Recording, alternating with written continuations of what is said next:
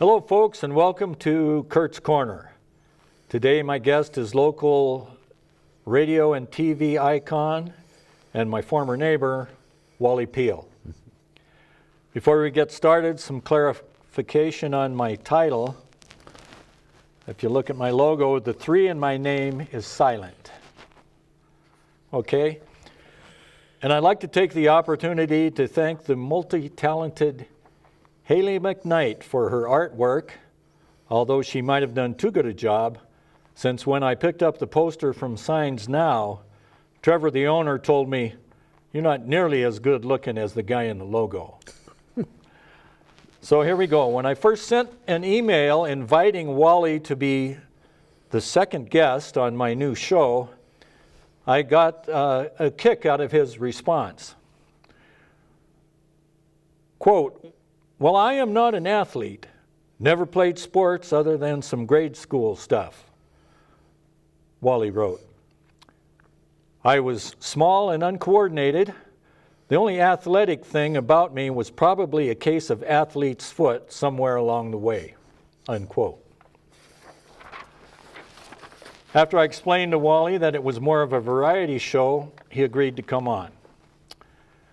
Wally Peel graduated from Helena High in 1959. He started working at the Garden Spot Market on Main Street as a junior and spent 3 years there. He took an electronic training course via mail from Chicago's DeVry Technical Institute and worked as a radio announcer at KCAP Radio from 1959 to 61. And from 1963 to 65, he had a part-time gig at the Intermountain Radio Network on weekends. Beginning in 1961 and for the next 28 years, Wally served as an announcer, a radio news reporter, engineer, copywriter, salesman, and with TV news and production for KBLL Radio and TV. And it sounds, I'm guessing, like he probably swept up the place before they turned off the lights and locked up. In 1964, he garnered statewide recognition as an honorable mention selection for Copywriter of the Year.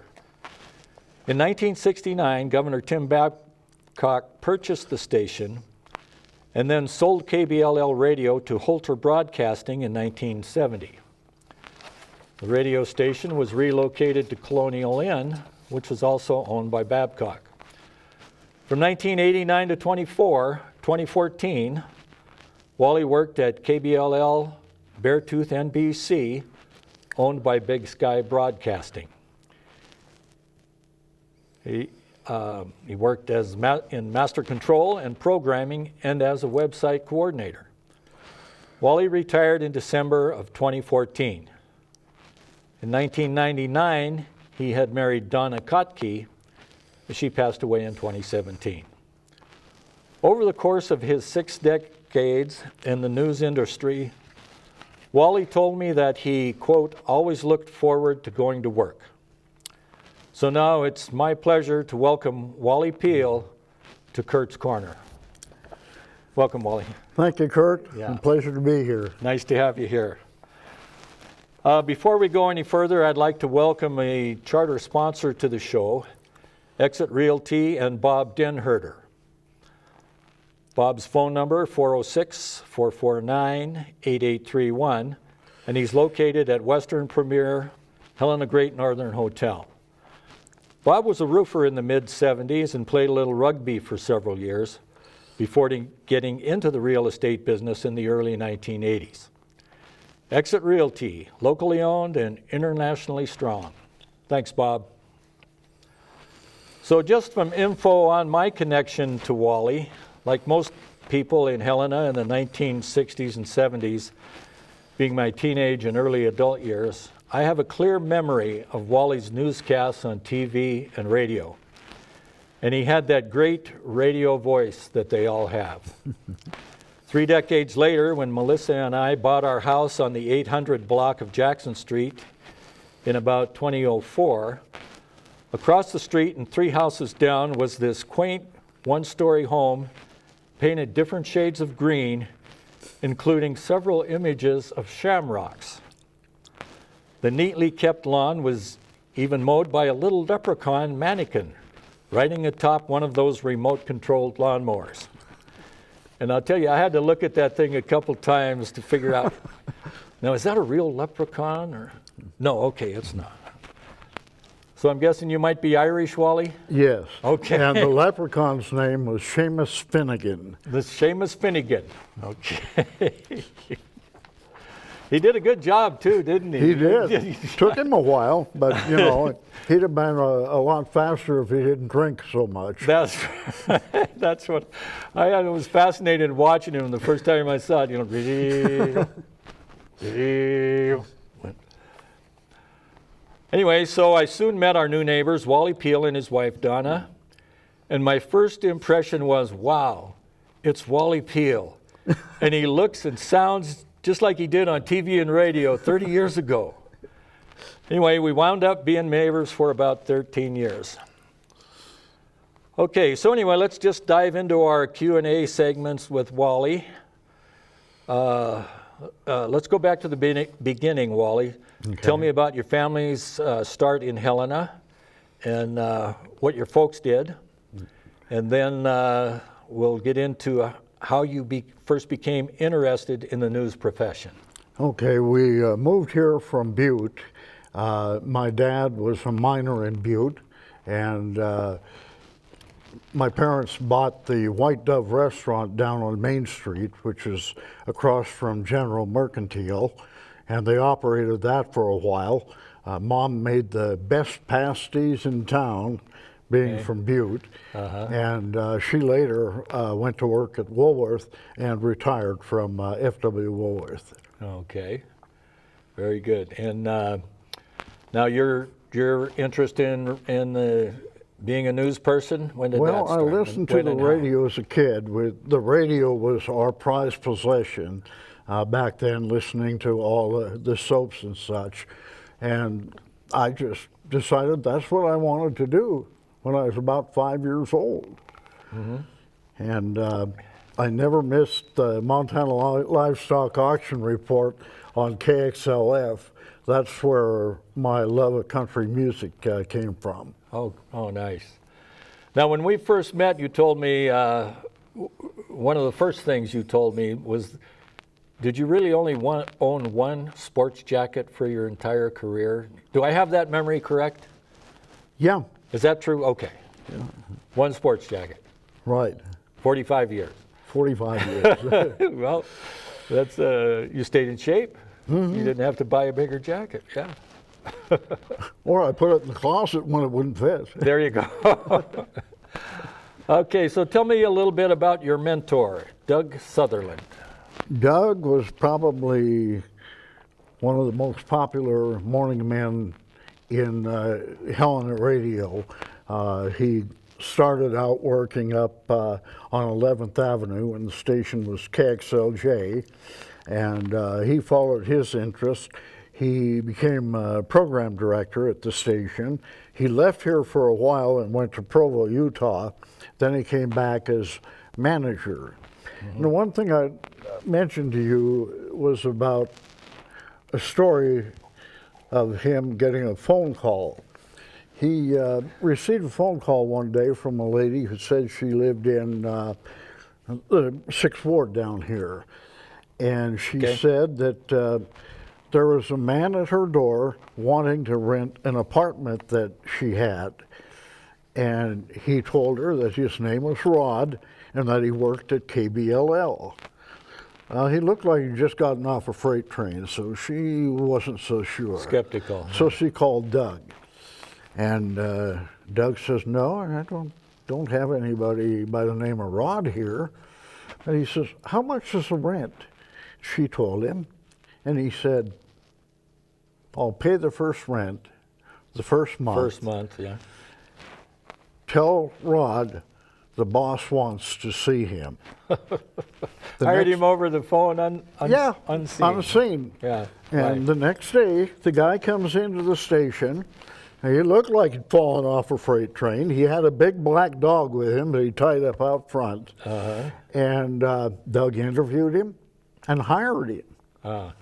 and then advanced him a month's pay and took him uptown to get some fresh clothes Some and new such. duds, yeah. And the guy was good. Wow. Matter of fact, he had worked for one of the major networks in New York. Wow. He hit some hard times in his personal life and Wow. started riding the rails. Huh. But when he hit Helena, he decided it was time to go back to work. Wow. And Fascinating. The dog, I'll never forget, his name was Cur3t's von Gronesdorf. Oh, he was German. Yeah. German Shepherd, huh? Okay, let's see. Before we go any further, we would like to show you folks one of Wally's artifacts, and I'll hold it up here for you. And Wally's going to explain what this is and how it was used before it got outdated.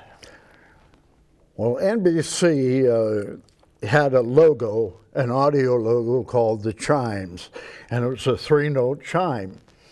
And NBC stations all had their own set of these. It was not like this, not that modern, but it played the 3 notes that identified the stations. Right. Later on, they went to electronic chimes, so they no longer needed these in-house.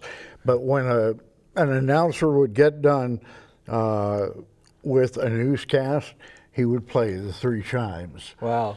So you got this out of the closet. Yeah. You dusted it off, and I want to see if you can still play it. Show the Oh, folks it's real hard. I don't know it. if I can remember.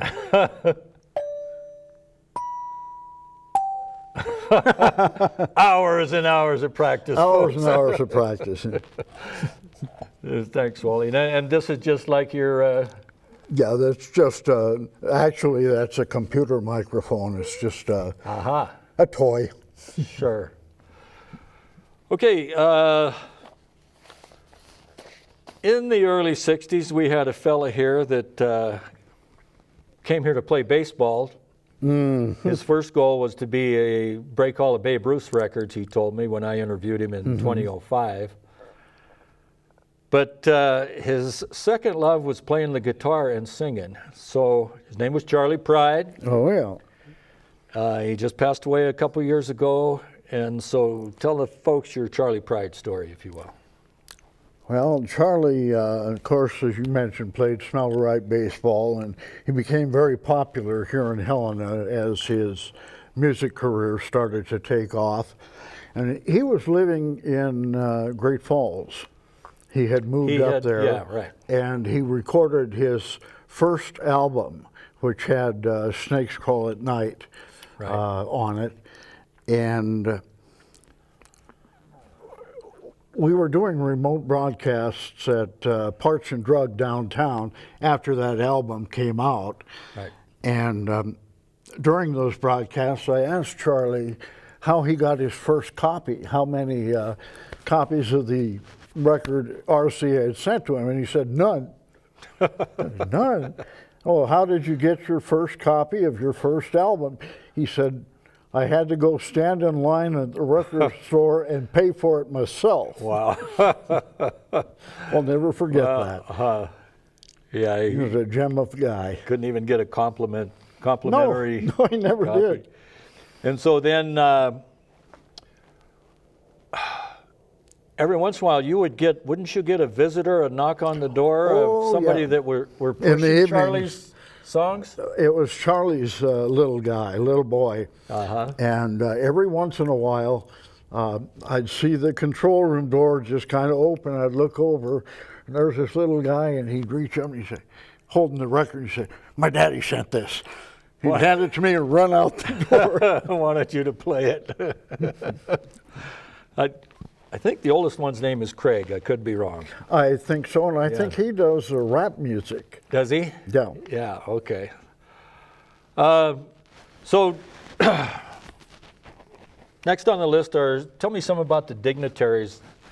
That when we talked earlier, you mentioned that some of your favorite memories were the politicians that you We had a number of interviews. them coming through, of course, being a news outlet. And then, of course, we had United Press International in the building, too. And also Intermountain Network, which was run by Terry Bass. Okay. So we had a lot of them come in. Right. And Mike Mansfield was in Helena at the time when he was Senate Majority Leader, and something of great significance happened. I can't remember what it was, but all the news outlets were looking for Mansfield, and he happened to be here. And down the hall at UPI, the chief, Bill McFarland, came in to me and he said that he had reached Mansfield and he would be coming in to do an interview with UPI. And he said, "Do you want to talk to him?" I said, "Absolutely." So when And you knew him. Your family yes. knew him. The family knew Mike and Arnold Olson and Lee Metcalf, knew them all. But McFarland brought Metcalf or Mansfield into me, and I took him in a booth because I wanted to ask a number of questions, and turned the recorder on, and he says, "What are you going to ask me?" And I said, "I'm going to ask you this." He said, "Okay." "I'm going to ask you this." "Okay." "I'm going to ask you this." "No." No. He just weeded out all of the time we would have wasted on things he couldn't answer. Scratch that off the list. And I got quite a lengthy interview with him. And of course, I was filling in for Terry on Intermountain Network that day. So I used the best stuff on IMN. And NBC called and said, "Have you seen Senator Mansfield?" "I've got stuff right here. What do you have?" So I told them and said, "Well, we'll take this." So I sent that to NBC. ABC called, CBS called, Mutual called. And each time you send them a story, you get a stringer fee. Yeah. So I got 5 paychecks that day. Yeah, good for you. And didn't you keep the best one for yourself? Oh, yeah. I might add, how old are you? 81? I'm 81. 81 years old, folks, and that's without notes. So he's got a better memory than I had when I was 50. So pretty amazing. Well, they're cherished memories for sure. Yeah, A lot of fun. yeah.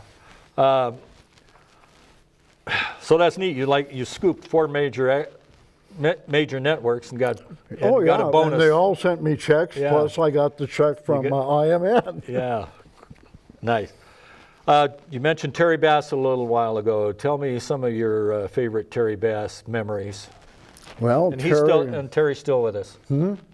Yeah.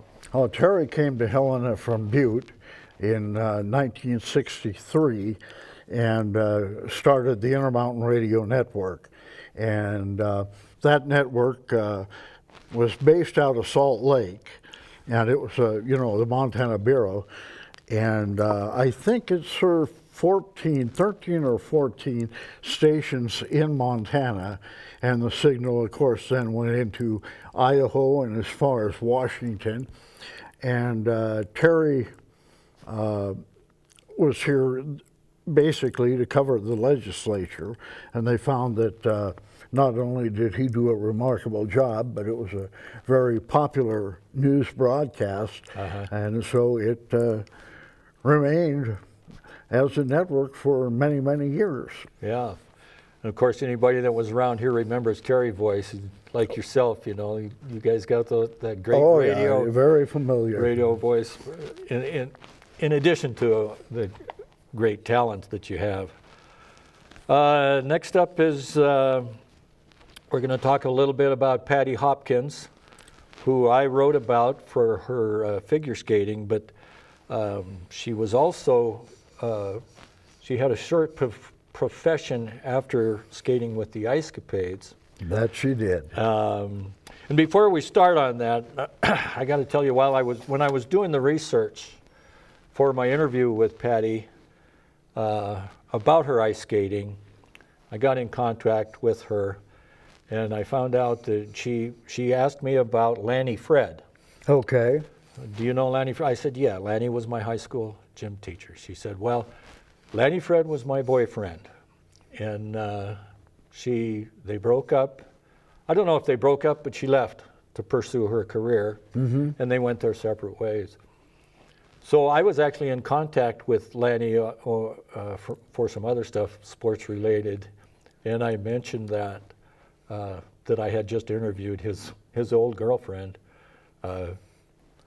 Patty Hopkins. I'll bet he was surprised. And he said, I'd like to say hello to her, you know. So I'm pretty sure I gave him his her contact information, and they said hello 50 years after they were an item or whenever. But tell me your Patty Hopkins story.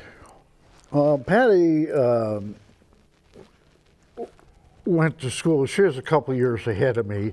My sister Nita knew Patty, and I knew her twin brothers, Jim and Jerry. And Patty was, Jim and Jerry went to New York, and they became recording artists for Decca Records. They recorded under the name Twin Connection. Twin Connection, yeah. And Patty was working at the New York Playboy Club as a hostess. Well, Patty came back to Helena for something. I think her mother was being honored by a service club or something, and Patty came back. And she happened to have the twins' latest record, so she dropped out the station to see me. Right. So just to clarify, she was not a Playmate of the Month. She was no. She was a bunny in one of the She was Playboy a hostess, like a waitress, with the bunny ears costume, and the ears little and tail. the little tail. Yeah. But she told me about that. Not a Playmate or, No. you know. No. But she came into the station and looking for me to bring me the record. Well, I was on the air. I couldn't go out and visit with her, so I had her brought back into the control room. And we visited for about half an hour. She gave me the record. And out front, our receptionist was Rosetta Kemlowski. And Rosetta later did the Scooter radio show. Right. Okay. I didn't know what was going on out front at the time, but I found out later that Rosetta recognized Patty, but didn't know from where. Yeah. And it was driving her nuts. Where have I seen her before? Where have I seen her? Finally, it dawned on her that she hadn't seen Patty in person, but had seen her picture somewhere. So she works on that a little bit more, and aha! I saw her picture in my husband Frank's Playboy magazine. Oh my gosh, he's got a Playboy bunny in there. And she spreads it all around the front office. Hey, guess what? Guess who's in there? Well, people started getting up from their Wally's desks. talking to a Playboy bunny. Yeah, so people start getting up once they hear this and walk down the hall very slowly. They suddenly found a reason that they needed going back. And they walk real slow past the control room window. Well, when they got back... Rubbernecking. Yeah. When they got back, they spread the word back there. The people from back all of a sudden had to have a reason to come up front. There was more traffic in that hallway that day than ever before or ever since. Yeah, that's a good one. And speaking of Rosetta, I actually coached her son, Scott Kemlowski. Oh, did you? Little League Baseball. Okay. So, I think I was about 68. I coached 2 different times, one when I was 15, one when I was 18. So both would have been the late 60s. So you also have another Rosetta story you wanted to tell me. Oh, yeah. And it happened at Al Johnson's 20-year roast that was put on by the Last Chance Club, correct? Yeah, Last Chance Press Club. Yeah, tell us about that. Marking 20 years back.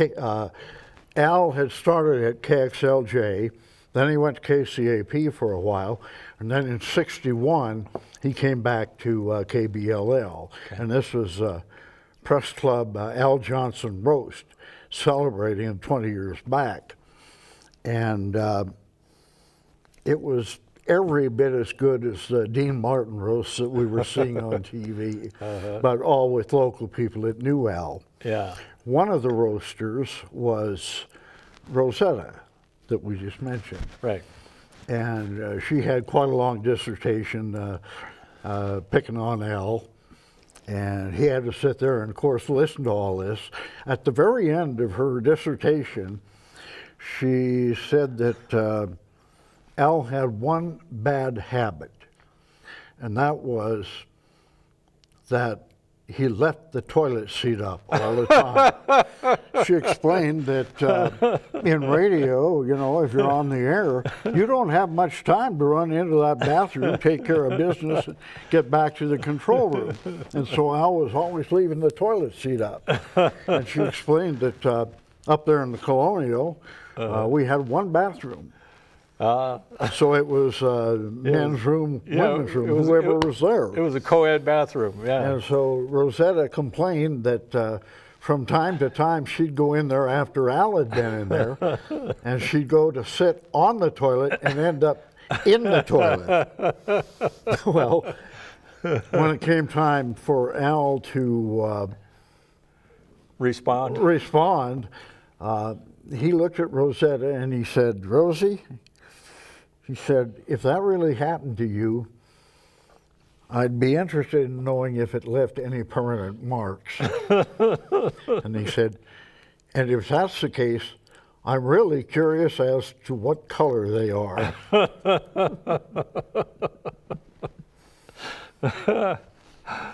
Good one. Let's just short break here for a quick sponsorship break, if you don't mind. I'd like to welcome another charter sponsor, Brecky Excavating and Construction, and owner Ray Brecky. Phone number 406-443-8782. It's located at 5925 Lincoln Road. Ray was a great Capital football player and Helena Senators baseball player, and a pretty good rodeoer as well. He's owned his own business for 28 years. So thanks, Ray. Wally Peel. Kurt gave me an impossible task trying to explain about Wally Peel. The man has had an incredible career. As a little kid growing up in Helena, you listened to all these icons on the radio. Radio was a big deal then. Hard to imagine now before the internet. Television wasn't even that old, but you would listen to guys like Al Johnson and Cato Butler and Terry Bass and Bill Yeager and Wally Peel. And Wally's still there. And then years later, I got lucky enough to work at KCAP Radio. And then over time, I went over to KBLL just for a summer to help. And I was hoping I'd get to meet this Wally Peel guy. And I wondered what he thought of me. I was this kind of wise-ass kid thinking I was all that. And in comes Wally Peel. Man, he could not have been nicer to me. And we became friends. That seems like 100 years ago, Wally, but we've stayed in touch all these years. And Helen has been lucky to have you. You're a great historian. You're a great legendary broadcaster. But more importantly, you're a really good guy and you're a good friend. All the best. Good luck on Kurt's show. Okay, next up on our list, Wally, tell us a little bit about a fella by the name of Jack Womack and a gal by the name of Donna Kelly that worked at the station about the same time in the 70s. Well, Jack was the son of Adjutant General John Womack in the National Guards.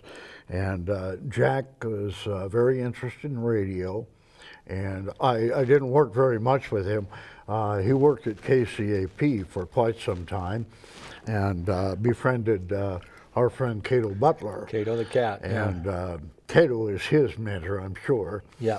But Jack did work with us for a while down there at TV. And the young lady anchor is Donna Kelly. Jack and Donna got married down in Bozeman. And they ended up on the West Coast somewhere. Uh-huh. And then from there, they moved to Atlanta.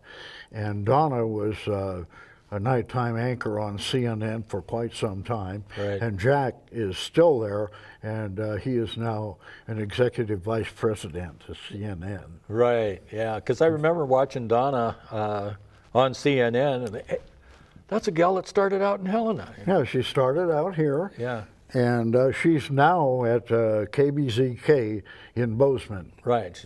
She's back in Montana. So I got some other names here that when we got together and talked about the show. Bud Iwan, Blair Morrison, Bill Yeager, Dan Snyder, Norma Beatty. All good people. Right. Norma Beatty Ashby. Yeah. And another fella that you mentioned by the name of Bob Ruby. Oh, yeah. And I'd like you to tell the folks about your Bob Ruby story and the weather map. Okay. Well, Bob is the funniest man I ever met. And he was so funny on the radio. He celebrated his 86th birthday the other day. He's in Minneapolis, St. Paul now. Okay. But anyway, in addition to radio, he was doing our TV weather. And we didn't have all the fancy graphics and electronic stuff. Matter of fact, we had a black and white board with the shape of Montana. And it was glass covered. Yeah. Back then, the weatherman drew pictures on the board while he talked about the weather. Well, on the Montana map, there were little dots representing the various cities in our area, but they didn't have any names on them. Well, Bob went in there, and he didn't know what that dot was or that one, so he made himself a cheat sheet. And he'd go in with a little tiny marker pen, and he'd write the name of the city by each dot. And, well, after the newscast, they'd come in, they'd wipe the board up. Well, he'd have to go back in with a sheet and put the names back in. And he did that for quite some time, but finally one day, he had to brag a bit. He'd memorized the board. He didn't need that cheat sheet anymore. And he was right. He did great. He knew which dot was which city, and he just flowed through the weathercast like nothing. Yeah. After about 2 weeks, engineer Don Cutterbaugh came in with a black marker pen. He put 2 more dots on the weather map. Ruby didn't know about it. He came in and he started and he went to point to Helena and he looked at that and he just fell apart. Just discombobulated. He had to go get his cheat sheet. Yeah. Oh, that's a good one. Next up, Wally, you mentioned that one of your favorite memories among the, countless, was a show called the Country Show Shindig. Country Show Shindig. Well, it's just a country show, and it was. Tell me about that. The station had an enormous collection of country music. This was back in the from the 40s and the 50s and early 60s. And just a tremendous collection. Yeah, the old country music. Yeah, the old stuff. But we couldn't play it. I finally talked Doug into letting me play 1 an hour. And he'd kind of hold his nose while I played it, but he'd let me do that. One day he caught me playing 2 in an hour, and boy, he was in there in a hurry. But he eventually gave me just about 3 hours of nighttime. Wow. And so I did the Shindig show for about 3 hours, and I think that was the most fun I had in radio. Yeah. Well, especially as a country western lover. Country western music. Getting close to the end here. Some of a contemporary person that's everybody knows about these days, Curtis Grevenitz. And if you could just tell me your memories of Curtis Grevenitz when he started out here. Curtis He's very smart, and he works really hard to produce his own weathercast. He doesn't just rip and read from the, the Weather Bureau or, whatever else is provided. And just an all-around good guy. A lot of fun to be around. And now that you mentioned it, I realize that I still owe him lunch. Okay. Well, maybe he'll collect now. He probably will. Maybe he forgot. Now he. Well, Curt has been here 3 times. He came here originally, then he went back east, but he was only back there maybe a week or 2, and he wanted to come back. Fell in love with Montana. Yeah, so he came back, and then he had happens. an opportunity to go to a bigger market, Salt Lake. But he liked Montana, so he's back now, and I think he's probably going to be back for a long time. He is a smart man then. So just to close out the show, the proverbial career highlights question. What do you consider your career highlight or highlights, or is it at all just Well, I think the highlight of the whole thing in all these years is getting to be in one place, do what I wanted to do all along, and meet some of the best people in the world, yourself included. Oh, well, thank you. Vice versa, and that's Thank you, Curt. this being able to talk with you and your living history, and growing up watching you on the news. I'm adding this to my highlights, and it's an honor to have you as a guest.